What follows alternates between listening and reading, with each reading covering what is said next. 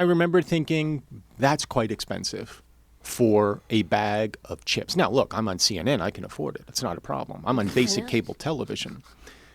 But groceries, and again, it's a word I hadn't heard before Donald Trump used it, and I like it. I've been calling them sundries all this time. Oh. Turns out you can also call them groceries. I'd like to see you call it. Excuse me, sir. Sir, do you carry sundries here?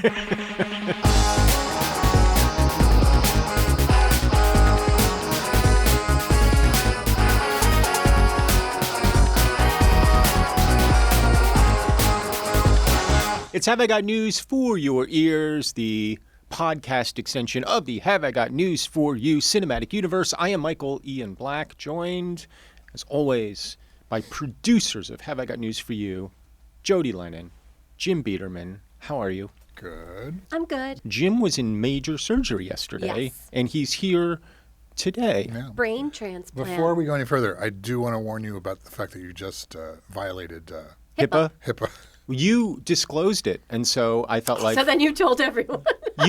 you're the president of your own health, and the president has the authority to declassify anything. So when you told me, you declassified it. Yeah, that's true. So if you're wondering, actually thinking about it, I declassified it. if you're wondering why Jim has a bandage on his hand, That's where the probe happened. That's where the probe happened. So thank you for your dedication.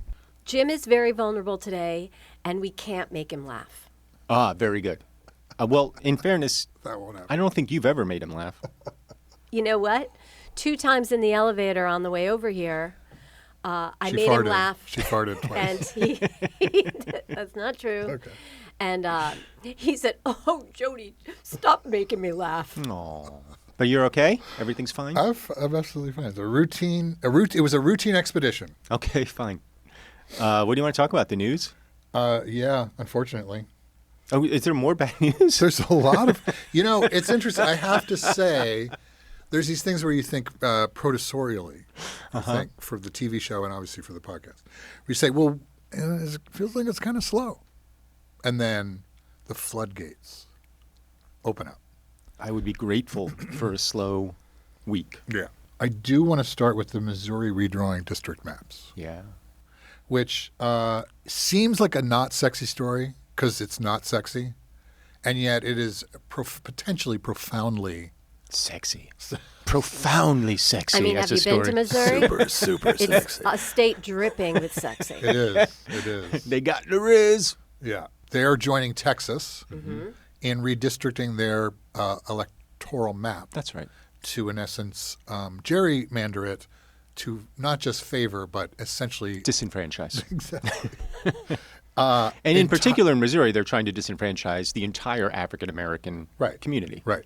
This is CBS, considering its travails. This is their coverage of it, which I think is pretty straight up. Missouri has become the second state to pass a redistricting plan backed by President Trump. Yesterday, the state Senate voted 21-11 in favor of the redrawn congressional map. The rare mid-decade move eliminates a seat Democrats have held for more than 75 years. Did she say? 75 years. Did she say redrunk? Redrunk congressman. Well, she's not wrong. It has not gone through yet. Because There's a court challenge. The court has not weighed in. I think we know where it's going to weigh in. Yeah, it's going to go through. Yeah. The only thing that stood out to me about that report was the rare redistricting. Yeah. It's not rare. Like, we don't do this. This isn't a thing that we do because the redistricting is spelled out when we do it every 10 years according to the census, which is constitutionally mandated. Right. And when you do this, when you start redistricting, I mean, we've talked about it before, we're just in this mutually assured destruction.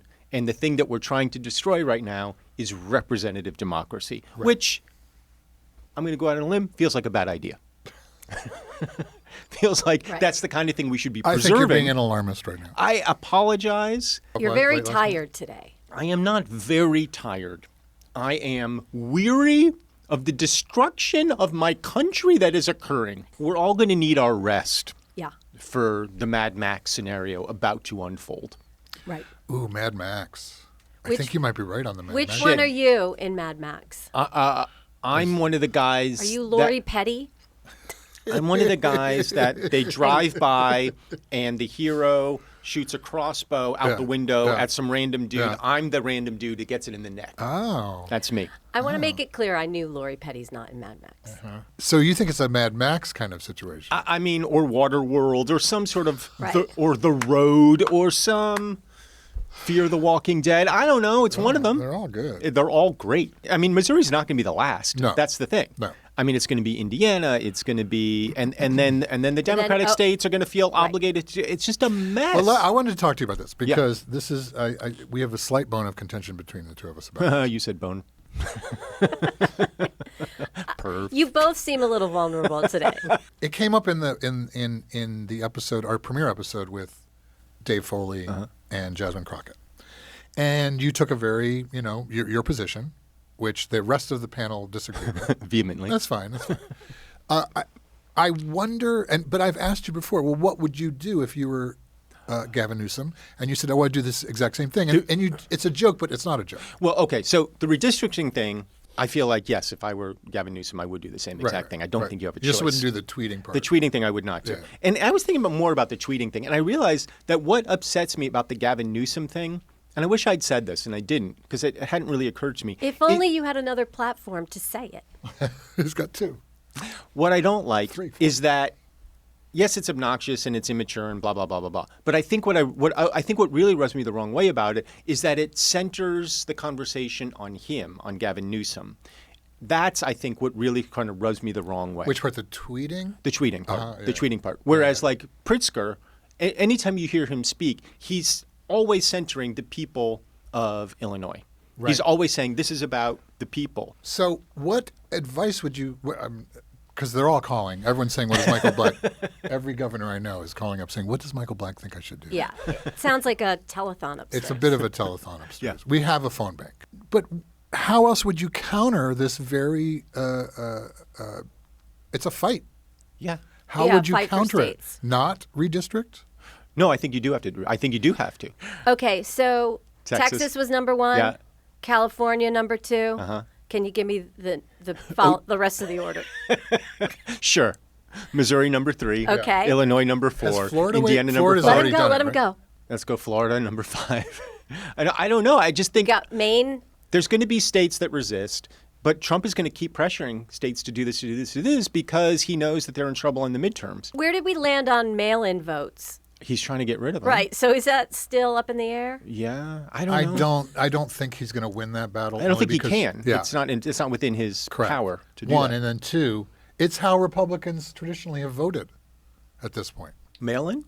They've once they thought, oh, wait, we have to have parity, ITY, with Democrats. They really amped up their what would you call it, vote harvesting in terms of mail-in votes, which is why he did so well the last time. So when you say parody ITY, you are distinguishing between parody ODY. Correct. I needed to As in understand why equality, you had to spell it out. And Yeah. so I had to think, because I wasn't listening to anything else you said after you said parody ITY. And here's the thing: I know that you never listen to anything I say, so that's why I wanted to be. The only thing I heard was vote harvesting, which felt autumnal to me. It does, doesn't it? Yes. I picture a squash with the top cut off and votes inside, and we just get a spoon and yum, yum, yum, yum, yum, yum, yum. On the show last week, we talked about the Supreme Court. I'm going to play this clip. In just the last couple of weeks, Trump and his administration have lost multiple federal cases and appeals, like his bid to overturn the $83 million judgment in the E. Jean Carroll case.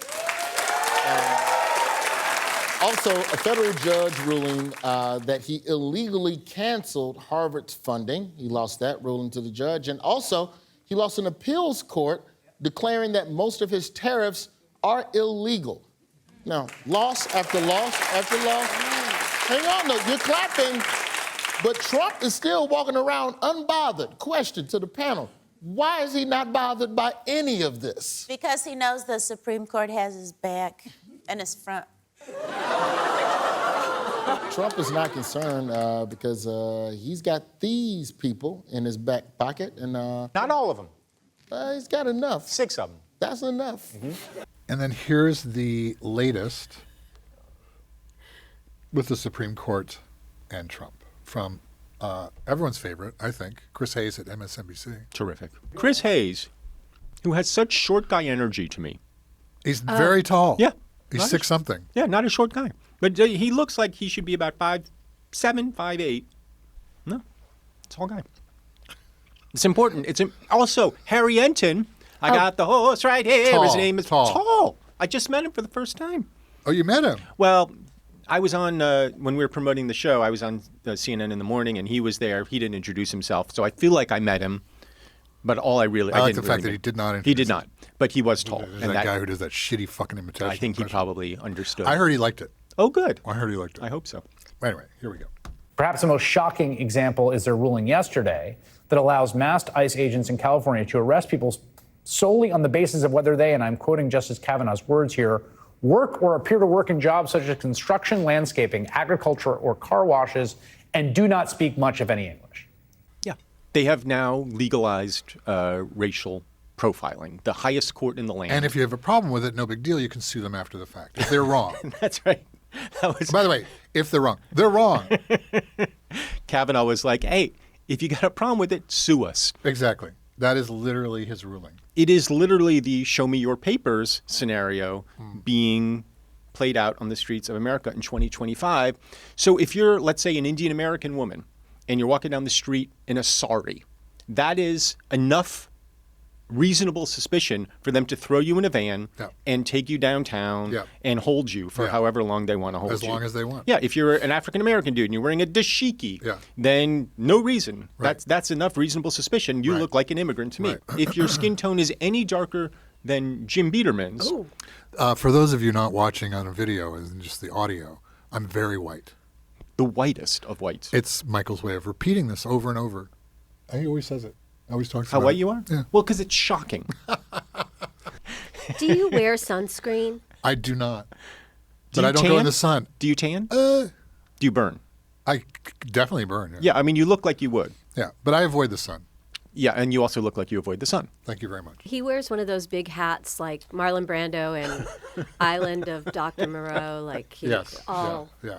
Because my delicate plastic surgery would crumble off, revealing it's a mask. And we're sort of laughing about this because that's what we do, but this is among the worst things that I think has I agree. ever I mean, I agree. this is on the heels of one of the worst things. I agree. It's like, wait, so that's okay, and it's all okay. You can sue. That's okay too. Like, that's not a law. We're definitely in an up is down, down is up world right now. Yeah. And I'm assuming that every week when we come in here, we're going to find more examples of that. I guess all we can do is just be like, it's not normal and it's not right, and just keep reiterating it. What else do you do?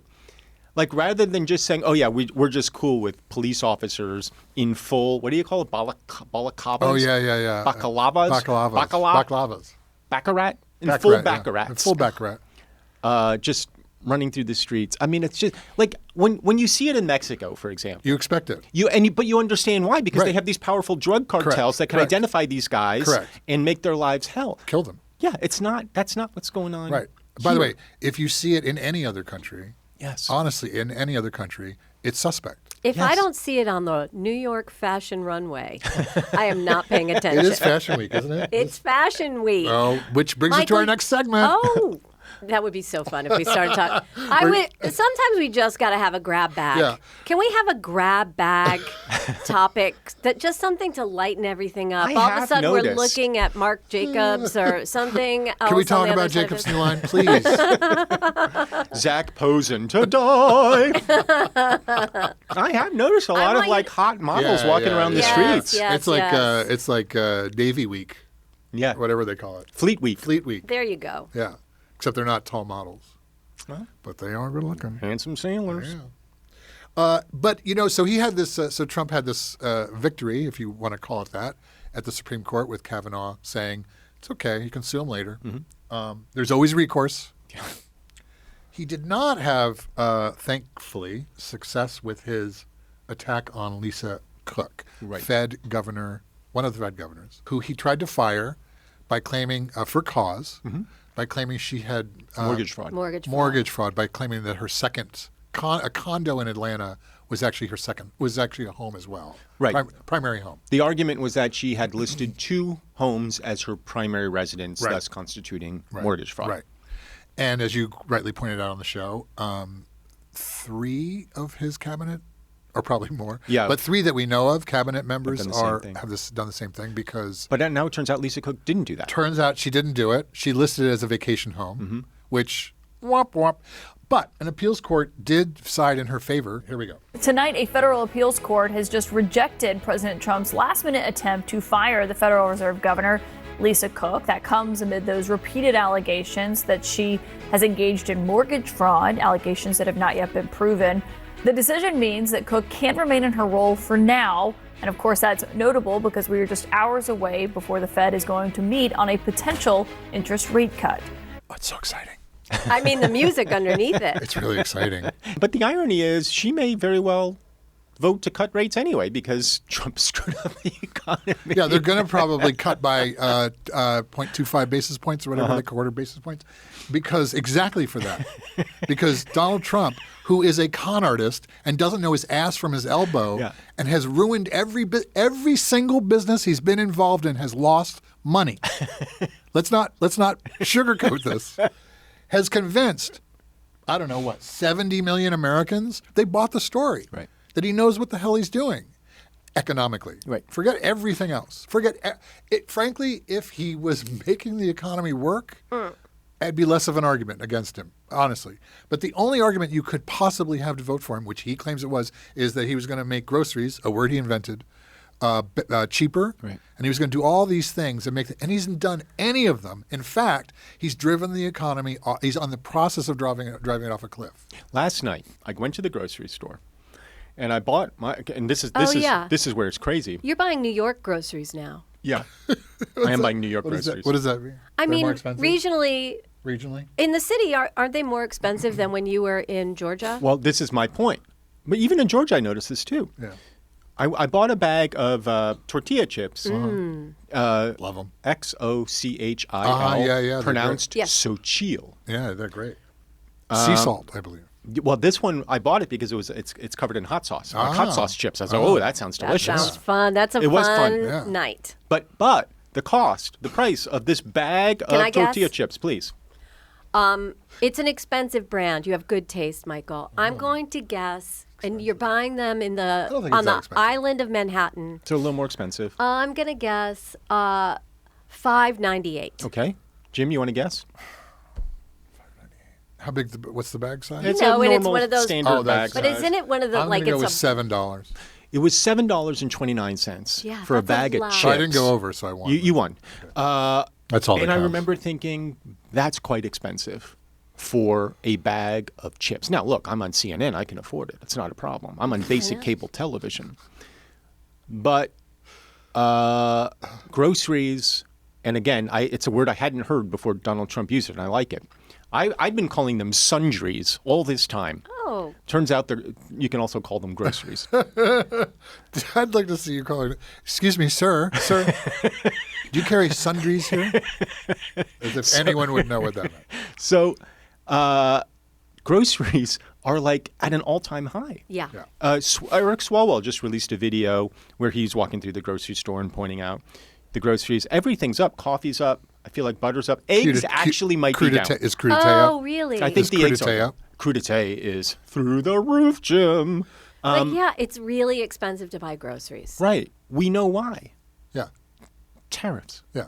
When you put a tariffs on Colombia or any coffee producing country, for example, we don't grow coffee here. Brazil. Coffee's going to get more expensive. Yeah. Sochil. You think that's an American brand? That's Mexican, baby. Yeah. That's going to cost you a lot more money. Yeah. The argument that everybody was making on the Democratic side against these tariffs was it ends up being a tax on Americans. On consumers. On consumers. And that's what we're seeing. Yeah, it's very simple math. It's just maddening to me. Yeah. And another thing that I thought was really funny is, what's his face? Lutnick. Yeah, my favorite. Several months ago, maybe 2 months ago. He's great. He had said, There was some like good stock market report or something, and Lutnick said it's Trump's economy now. Yeah. It was like 6 months in. Yeah. And I was like, I think that's about fair. Sure, that's good. 6 months in is about right. You can call it. The other day, after bad economic news, he comes on another television show and he says it won't be Trump's economy until next year, the first quarter of next year. Oh. And I was like, dude, you are such a fuck. But Michael, how are the chips? Very good, by the way. How are the chips? They're actually quite good. Really good. Thank you. Thank you for the follow-up. Yeah. It's a great. It was the most important follow-up. I was waiting for you to tell us. So they're covered in a hot sauce. Yeah. So you don't dip them in anything. No. This is what I'm picturing. Yeah. 2/3 of the bag are done, but you're still like looking at that bag. You're reading that bag. Those chips became a meal and entertainment. Absolutely. The idea of him in his underwear just kind of so thin, yeah. You know what the irony is, What? Jim? Wasn't wearing underwear yesterday. Oh, get out of town! I was out of clean underwear. I was like, it's laundry day. Yeah. And so I was washing all the undies while I was eating the You were in surreal your chip. bathing Completely suit. naked. Sitting in your trunks. Balls out eating chips. Oh, God. I don't know if you saw this, but this kind of goes in line with the general, esprit de corps of the United States media at this point. This is from Fox and Friends. A lot of them don't want to get the help that is necessary. You can't give them a choice. Either you take the resources that we're going to give you, or you decide that you're going to be locked up in jail. That's the way it has to be now. Or involuntary lethal injection or something. Just kill them. By the way, it was I believe a homeless person had attacked someone. It was the background on the story that you don't even need. No, you don't. The most shocking thing to me about that clip is the other two hosts are like, yeah. He subsequently apologized. Let me just be clear. Brian Kilmeade of Fox and Friends was saying if they're homeless, we should kill them for the crime of not having a home. Right. Or of having mental health issues or whatever. You know who else killed the mentally ill? Who else killed a mentally ill? Yeah, there was a famous fella, Austrian fella, really went to town on the mentally ill. He did actually, yeah. Yeah, he did. He did. With the logic being that they were subhuman. Yes, subhuman. So this person, Kilmeade, has since retracted this statement. What was his? Did you? What did he say? I didn't I'm watch sorry for saying I should kill all of them. But did he say why? What was the? How did he step that back? Now, during that discussion, I wrongly said they should get lethal injections. I apologize for that extremely callous remark. I'm obviously aware that not all mentally ill homeless people act as the perpetrator did in North Carolina, and that so many homeless people deserve our empathy and compassion. What? How are you still working? Right. Matthew Dowd of MSNBC accurately described Charlie Kirk, was immediately fired. Right. Brian Kilmeade is saying we should kill all the homeless, still has his gig. He described it as being extremely callous. Which he's right. He's right. I guess.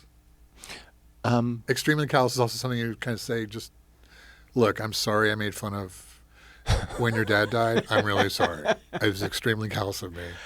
I know you loved your father a lot. So this does bring to mind a sort of larger thematic motif that is playing out in conservative circles right now, which is that there are certain people in the nation who are less than human. Right. Mae Martin made an interesting point on the show last week. And What did they said say? that they wanted to take that planet of diamonds and use it to solve our economy. And I tried to make the point that if you introduce that many diamonds into the global system, the price of diamonds is just going to collapse. It's not. It's going to do the opposite of what you think it's going to do. Nobody seemed to understand that point. I was devastated. When we posted on YouTube, the posting did very, very well. We got a lot of comments. About the Diamond Planet? Very favorable. But there was one that just for anyone listening that thinks we don't read these things, we do read them. We just won't respond to them. So don't ask us to. But this one made me laugh out loud, which is like, does Mae Martin not understand how physics works? You can't bring a diamond planet down to our Earth. It would destroy the gravity of the Earth. It went on, and I read it. I was like, well, it's true. Well, I mean, if I you should think about forward it, this to May. Now, I mean, it's a great point now that I think about it, because diamonds are so dense. So the diamond Well, the planet, argument was that the diamonds were worthless. Whatever they are on that planet. Well, sure, they would be worthless. Yeah. But the density of the diamonds compared to the density of the Earth, it would just totally destroy our gravity. It would just upset everything. Think about what the tides would be like if we brought a diamond. Oh, just a nightmare. Most of the comments you just read like, whatever. But when you stop on one like that, you just think, we are truly blessed. Yes. That someone took the time to go, hold on a minute. I think You can't bring a diamond Your show is planet. hilarious, blah, blah, blah. I watch it every week, and I hope you're on for the next 10 years. But the bottom line is, this planet of diamonds nonsense Yeah, be should not go careful. unaddressed. Anyway. May will not be back. I think that's fair to say. We want them back. May was great. So I would say to the audience, stay tuned, because we got a game that we're going to be playing with a Have I Got News For You viewer. And I got my interview with Judy Gold coming up, which I really famous enjoyed. Judy Gold. The very famous Judy Gold.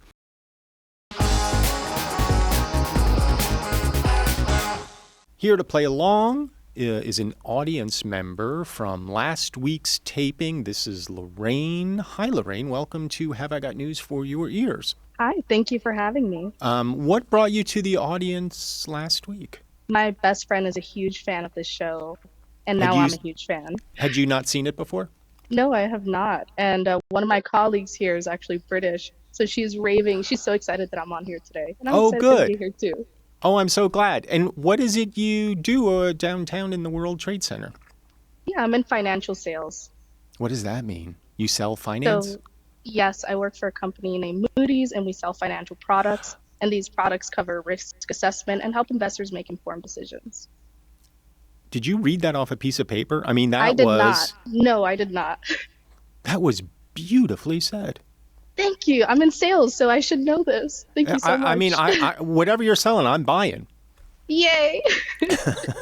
All right, Lorraine, are you ready to play our game?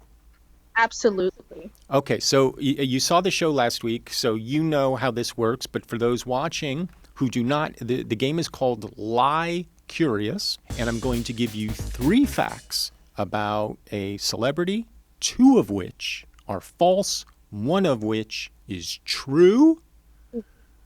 You have to tell me which is the truth. Here are 3 facts about Dwayne "The Rock" Johnson. Are you a fan? I am a huge fan. He's so okay, cute. so you may know this. I do. All right. Here's 3 facts about Dwayne "The Rock" Johnson. 1, he was inspired to shave his head by Sir Patrick Stewart. Number 2, at one point, he ate 821 pounds of cod per year. Number 3, he claims to have never tried orange juice. Which one is the truth? It's definitely not the orange juice. I'm pretty sure I saw something about his French toast recipe that involves OJ. So I don't think that's it. Inspired to shave his head by Sir Patrick Stewart. I'd say that's a lie. I think it's more believable that he had how many pounds of cod? 800 and something? 821 pounds of cod per year. That's coming up on a metric ton of cod per year. He could do it. Okay, so you want to go with number 2. At one point, he ate 821 pounds of cod per year. Yes. That is your final answer?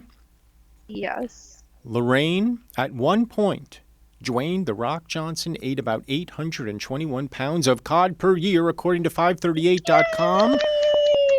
That number was calculated from his claim that he ate 2.3 pounds of cod per day. That is not bulking. That's mercury poisoning. I mean, that's a lot of cod. Well, he could take it. He's a monster, and I mean that in the best way. All right. Well, we learned something about Dwayne "The Rock" Johnson, and I feel like we just learned something about you. Thank you so much for coming on Have I Got News For Your Ears, Lorraine. Thank you so much for having me. Of course, you're terrific. Thanks.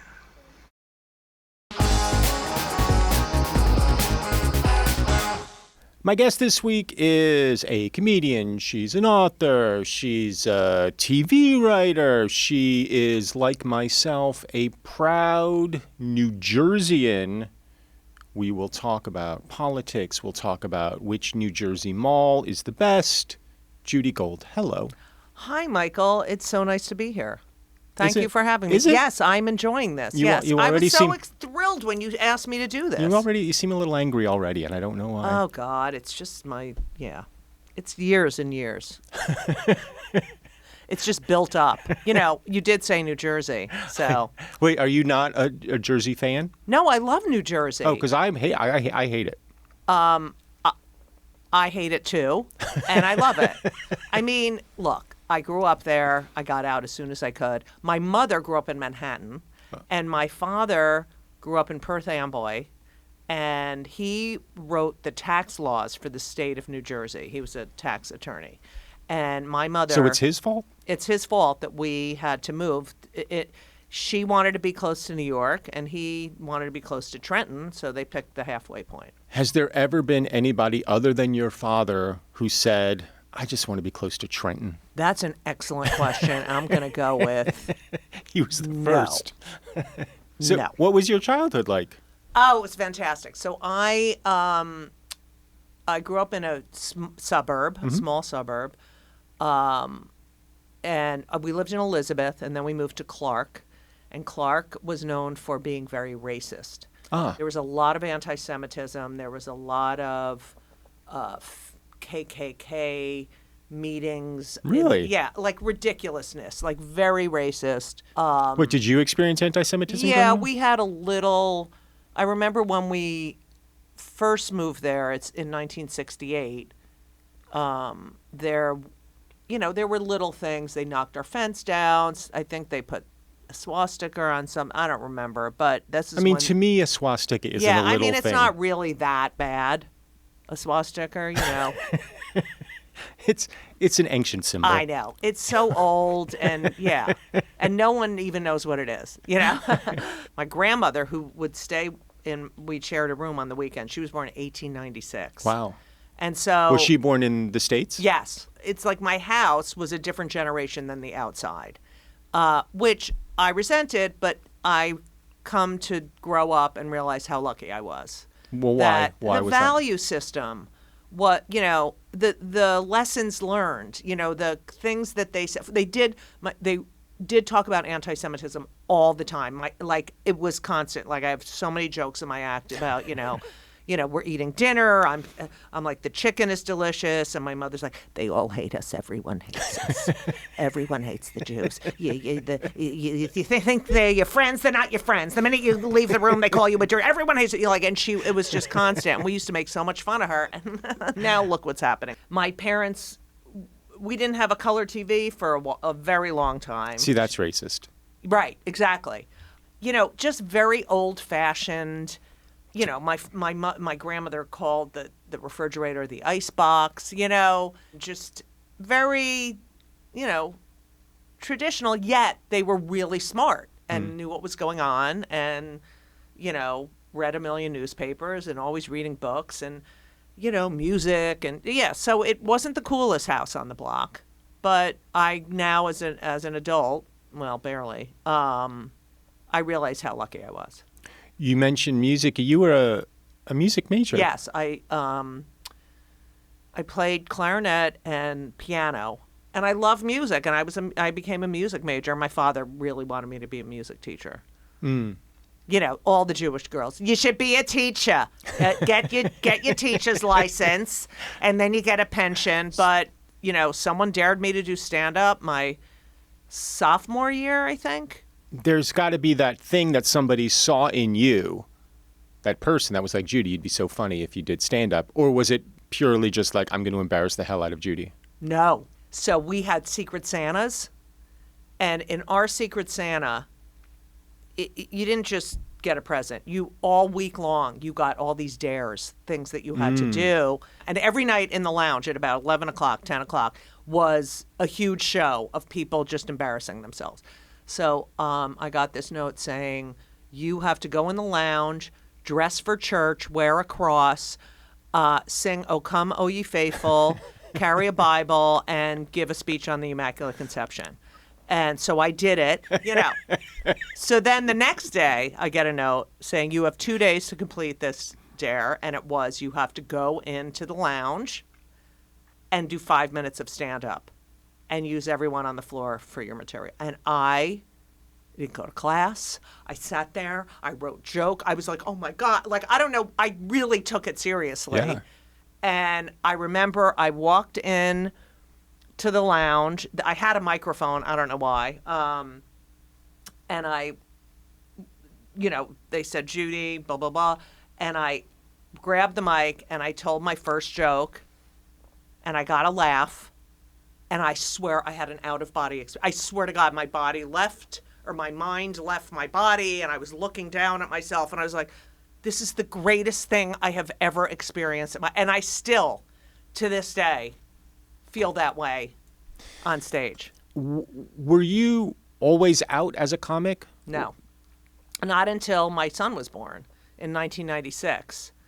I mean, everyone knew, duh. But I came out on stage after he was born because first of all, I hated being in the closet, but I didn't have any material about, like, I wasn't going to get on stage and be like, hey, I'm a lesbian, and have no material about it. Like, who cares? I wanted to be a comedian. That was it. And I happened to be a lesbian. So that was that's how I thought about it. I just wanted to be a great comedian. And so after he was born, I had so much great material about being a same-sex parent and the crap people said to us, and it was just so funny. And I came out as a gay parent, which made it way more palatable for people because I wasn't talking about, lesbian sex or lesbian. I was talking about being a same-sex parent, and people were like, oh yeah, that's the same stuff we do. And it really, I think it was easier for me. It definitely had an impact on my career.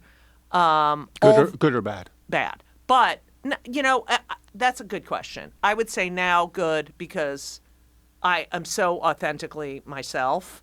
And I have such gay kids come up to me. I saw you on Comedy Central talking about your family and and I was like, wait, who's this woman who's talking about being a lesbian and having kids? And so the amount of kids who come up well, they're in their 30s now, but that to me made it all worthwhile. And it's interesting because we're in this situation now in the United States and the world.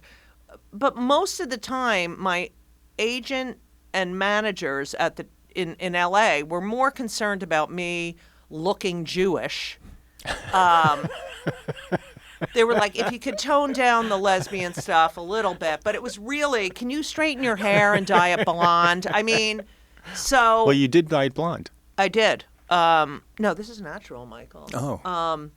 But yeah, it definitely changed the trajectory of my career. We did a comedy show at the Hollywood Bowl for Netflix, and then they did there was a documentary, and it's about the history of LGBTQ comedy. And it's really fascinating because you really learn about the history of the movement and how important it was that, I didn't think I'm just talking about my life. But for a kid sitting in Nebraska saying, oh my God, I don't have to kill myself. I have a future. That representation is everything. You've got 2 kids or 1? 2. Okay, and one of them is now a professional basketball player. Yes, in Ashdod, Israel. I've always loved this, that you've got this kid who's he's 6'7", 6'8". All he's ever wanted was to play professional basketball. And he's he's having the best time. And it's the first time he's playing basketball and not having to do work. So he was an excellent he's there student, now. too. So he's there now. He left August 25th. They had a scrimmage last week. He had 14 points. It's, he knows he has a finite amount of time where he could play basketball, and that's what he wants to do. And he's getting paid to do what he loves. Yeah. Loves. Amazing. And, it reminds me of me a little bit. Do you have any concerns about him being in Israel right now? Not at all. I was just there in June during the Iran bombing. I went to Israel on an LGBTQ, this is my second time doing this, a delegation, when you meet with the community and you learn all about what's going on there and the laws. And the couple in May who were murdered outside of the Jewish Museum in D.C.? Yes. Sarah Milgram had put this delegation together. She had emailed me hours before her murder. I remember the Friday before we spoke. She was so excited about coming. And I knew I had to go on this still. I wanted to go in her memory. And so there were 10 of us, and Iran starts bombing. And we end up stuck there. Going into the bomb shelter, I mean, this alarm goes off. It's very jarring. Goes off on your phone, and then it tells you a missile was launched.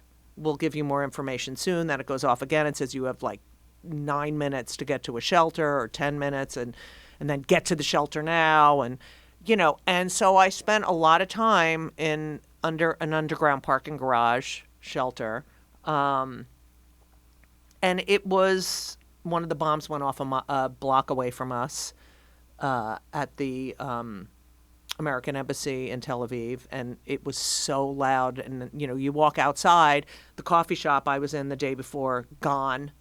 It's just, it's unbelievable. I can't believe I lived through that. We ended up escaping through Jordan, which was hell. We couldn't be gay or Jewish. I had to take anything off that said... I'm Jewish. I'm a big lesbian Jew. Dyke Jew. I had to change the wallpaper on my phone, because it had Elisa. And anyway, it was, we can't go into everything. I did learn one thing, though. I did learn that when an alarm goes off on my phone, I actually can get up. Which I had no idea prior that was a possibility. But so I really learned a lot about the Israeli people and how resilient they are. Also, all they want is for this war to be over and the hostages to come home and there to be peace. That's all they talk about. They are so angry about how this is playing out, and rightly so. And, their places get bombed. They put up a sign, "We'll be back," and no one loots. That was the other thing. I noticed, it was a liquor store. The whole front of the liquor store was torn out, no glass, anything. No one's in there taking shit. They're just cleaning up. We're going to go back to work. We're, empty yellow chairs everywhere.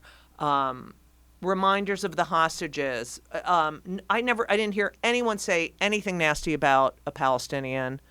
And also, the LGBTQ, it is very, they have a gay pride parade every Sunday in June in a different area. But we went to an LGBTQ center in Haifa last time I was there in 2023 on another mission. And if a Palestinian who's gay or trans and will be killed escapes to Israel, they are granted asylum, they're given health care, they're counseling. One of the social workers there was Palestinian. The people who were taken on October 7th were all peaceniks who were living right next door to but we forget about this. And American Jews getting blamed for what Netanyahu is doing it's just, I don't know, it's soul crushing. Mm-hmm. It's like, you're going to blame me for what Trump does? Because I'm an American? Yeah, if you're asking about me and you specifically, yes.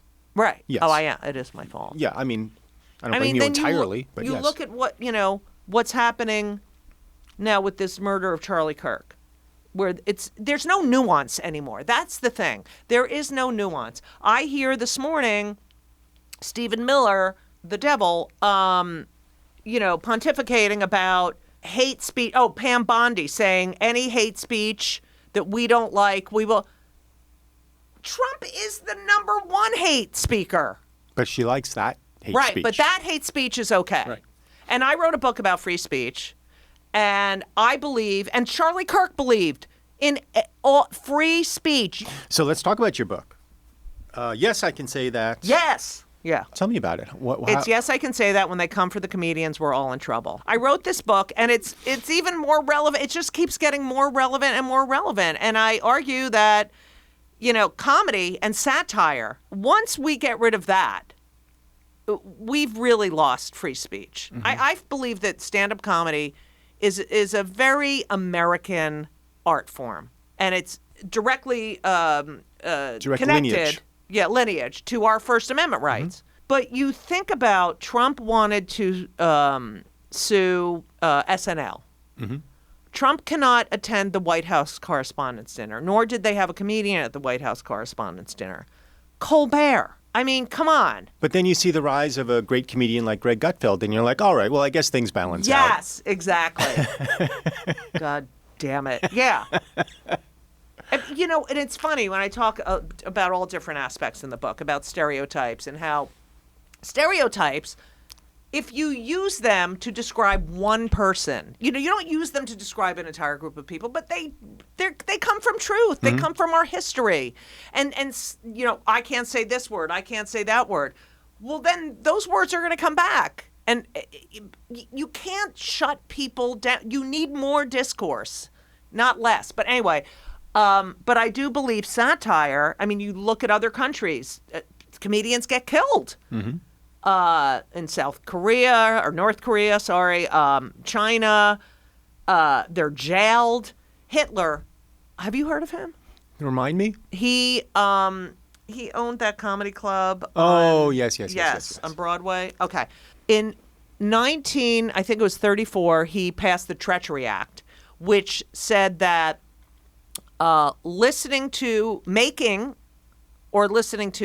an anti-Nazi joke was punishable by imprisonment or death. The year before that is when he started banning books. I mean, hello? You know. Well, so we're hearing now. And satire is the truth. That is why, yeah, go ahead. And the thing is, the dictators hate satirists and comedians because it is a weapon that they don't have the arms. Right. Yeah, they can't. Humiliation. There's nothing worse than humiliation. Right, because it undermines their authority and their power. Right. And if you can make them look foolish, you can make them. You can remove the sort of facade of the all-powerful, omnipotent dictator. Right. You can cut their legs out from under them. Right. So what do you make then of? You mentioned Pam Bodney saying things like, if you express yourself incorrectly, we're going to come after you. Right.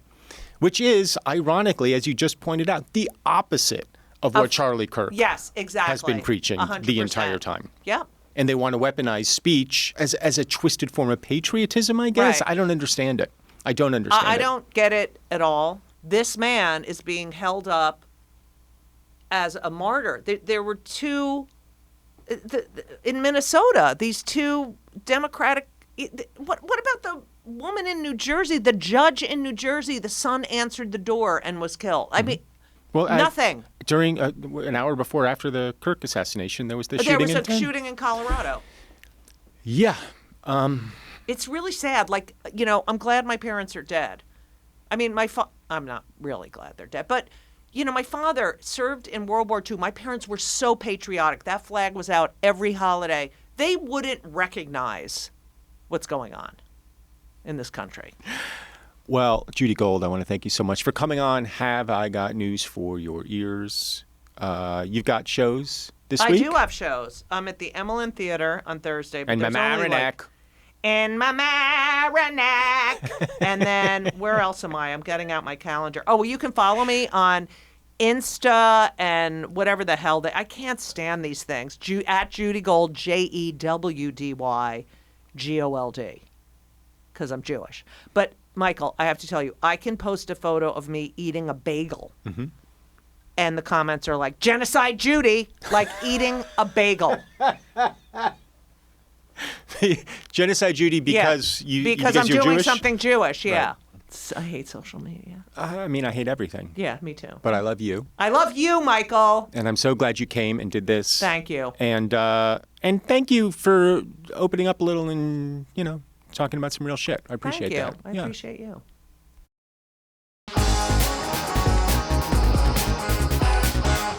Thanks to my guest, Judy Gold, and thanks to all of you for listening and or watching. Have I Got News for Your Ears? I'm Michael Ian Black alongside Jim Biederman and Jodi Lennon, and we look forward to seeing you next week. Have I Got News for Your Ears releases new episodes every Wednesday. Don't miss an episode. Follow us on Apple, Amazon Music, or wherever you get your podcasts. Even better, watch the Vodcast on Spotify or on the Have I Got News for You YouTube channel. Keep an ear open. Very soon we have something fun planned to include you, our Hignify fans. So please follow us and subscribe to our YouTube channel to find out more.